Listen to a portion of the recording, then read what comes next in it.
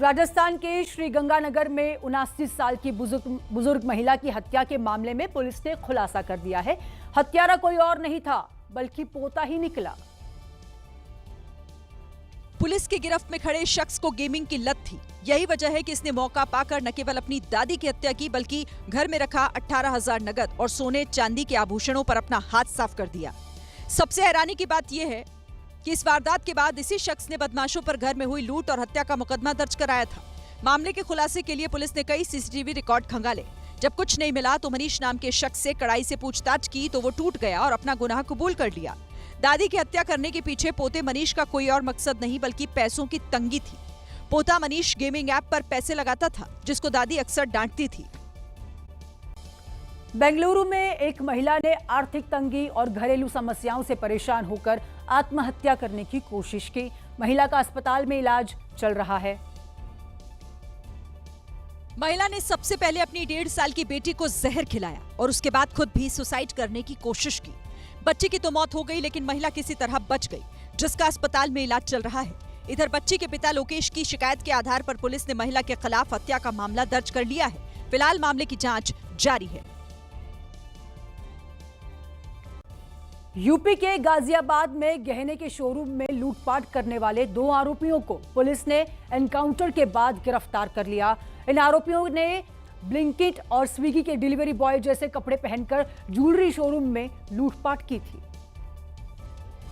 तभी से पुलिस इनकी तलाश में जुटी हुई थी। इस बीच पुलिस को दोनों आरोपियों के साहिबाबाद थाना लिंक रोड में छिपे होने की खबर मिली, जिसके बाद पुलिस ने उन्हें घेर लिया। इस दौरान पुलिस की गोली लगने से दोनों आरोपी घायल हो गए।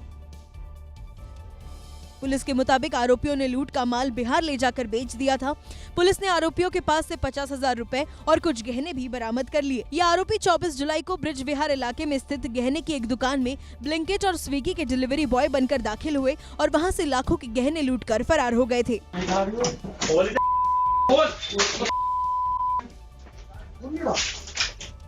दिल्ली में पिछले कुछ दिनों से रुक रुक कर बारिश हो रही है और इसी बीच रोहिणी के बेगमपुर इलाके में एक हादसा हो गया और भाई बहन की मौत हो गई। बारिश के चलते लोहे की सीढ़ी में करंट उतरा और उस करंट की चपेट में आने से विवेक और अंजू की मौत हो गई, जबकि इनके पिता कालीचरण गंभीर रूप से झुलस गए। परिजनों ने बताया कि करंट की चपेट में पहले विवेक आया और उसे बचाने के लिए अब अंजू वहां गई तो वो भी करंट की चपेट में आ गई। दोनों बच्चों को लोहे की सीढ़ी से चिपका देख जब कालीचरण उन्हें बचाने पहुंचे तो वो भी इसकी चपेट में आ गए। परिजनों ने बताया कि 2 महीने पहले ही अंजू की शादी हुई थी और रक्षाबंधन के लिए वो मायके पहुंची थी। लोगों का कहना है कि घरों के बाहर बिजली के तारों का जाल बना हुआ है और कई बार शिकायत के बावजूद अधिकारी इस समस्या का समाधान नहीं करते हैं। मध्य प्रदेश के बैतूल के एक मिशनरी स्कूल में एबीवीपी के कार्यकर्ताओं ने जमकर हंगामा कर दिया। हालात इस कदर बिगड़ गए कि स्कूल प्रबंधन को पुलिस बुलानी पड़ी। एबीवीपी के कार्यकर्ताओं का आरोप है कि स्कूल मैनेजमेंट ने छात्रों से तिलक और कलावा उतरवाने को कहा। फिर क्या था, कार्यकर्ता बड़ी संख्या में स्कूल पहुंच गए और जमकर नारेबाजी हंगामा करने लगे। हालात उस वक्त ज्यादा तनावपूर्ण हो गए जब प्रिंसिपल से मिलने की जिद कर रहे कार्यकर्ता ऑफिस के बाहर ही खड़े हो गए। बाहर एबीवीपी के कार्यकर्ता थे और प्रिंसिपल कमरे के अंदर।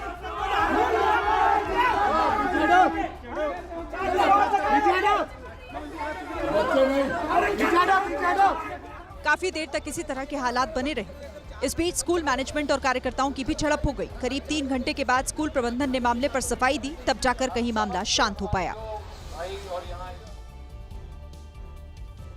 जम्मू के कठुआ में जानवरों की तस्करी का एक हैरान कर देने वाला मामला सामने आया है। यहां ऑयल टैंकर में छिपाकर जानवरों की तस्करी हो रही थी। पहली नजर में कोई भी इसे इंडियन ऑयल का टैंकर समझेगा, लेकिन पुलिस ने शक के आधार पर जब इसे जांच के लिए रोका और टैंकर की तलाशी ली गई तो इसके अंदर से 17 मवेशी बरामद हुए। वीडियो में नजर आया कि पूरे टैंकर में मवेशी भरे हुए थे और इन्हें तस्करी के लिए ले जाया जा रहा था। पुलिस ने टैंकर के ड्राइवर शकूर अहमद को गिरफ्तार किया, जो रामबन का रहने वाला है। हीरानगर पुलिस ने ये कार्रवाई डींगा अंब इलाके में की और माना जा रहा है कि इस कामयाबी के बाद किसी बड़े गिरोह तक पहुंचा जा सकता है। अब बात मध्य प्रदेश की। मध्य प्रदेश के रतलाम में एक सरकारी स्कूल झोपड़ी के अंदर चलाया जा रहा है, क्योंकि सरकारी स्कूल का जो भवन है वो कभी भी गिर सकता है और झालावाड़ जैसा हादसा हो सकता है।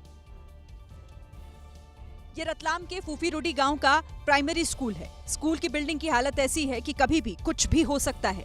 जगह जगह से प्लास्टर झड़ा हुआ है। बारिश का पानी बड़े बड़े छेद से अंदर आ जाता है। क्लासरूम का हाल देखेंगे तो यकीन करना मुश्किल हो जाएगा।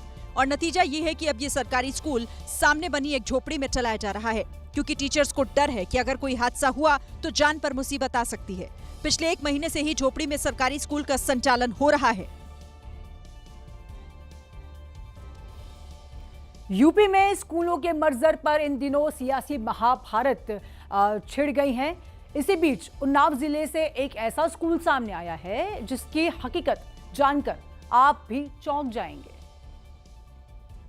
यह है फतेहपुर चौरासी विकास क्षेत्र के राम सिंह खेड़ा गांव में बना प्राथमिक स्कूल। स्कूल के अंदर शानदार क्लासरूम है, बच्चों के बैठने के लिए बढ़िया बेंच है, स्मार्ट क्लासरूम भी तैयार किया गया। लेकिन आप ये जानकर हैरान रह जाएंगे कि स्कूल में सिर्फ 4 बच्चे पढ़ने के लिए आते हैं और इन 4 बच्चों को पढ़ाने के लिए 2 टीचर हैं, जिसमें से एक का नाम मनीष कुमार, दूसरे का नाम प्रवीण कुमार है। यानी 4 बच्चों के सहारे उन्नाव का ये सरकारी स्कूल चल रहा है और इसे चलाने के लिए सरकार हर साल करीब 18 लाख रुपए खर्च कर रही है। बताया जा रहा है कि गांव में ज्यादा बच्चे नहीं हैं और जितने बच्चे हैं उनमें से कुछ लोग अपने बच्चों को प्राइवेट स्कूल में पढ़ाते हैं। उत्तर प्रदेश में सरकारी स्कूलों के विलय पर योगी सरकार का बड़ा फैसला आ गया। वहीं विपक्ष लखनऊ से लेकर दिल्ली तक सरकार के इस फैसले का लगातार विरोध कर रहा है। विपक्ष का आरोप है कि दलित आदिवासियों को शिक्षा से दूर रखने की साजिश रची जा रही है। लेकिन उत्तर प्रदेश से गरीब, किसान, पिछड़े, आदिवासियों, दलितों के जो बच्चों की शिक्षा से वंचित किया जा रहा है, यह उत्तर प्रदेश का जनमानस स्वीकार नहीं करेगा।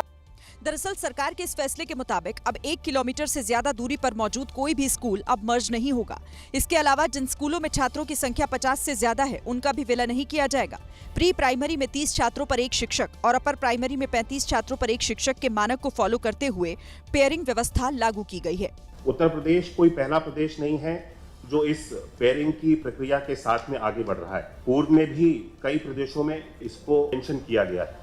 सरकार ने यह भी साफ कर दिया है कि पेयरिंग से शिक्षकों की नौकरी पर कोई खतरा नहीं होगा।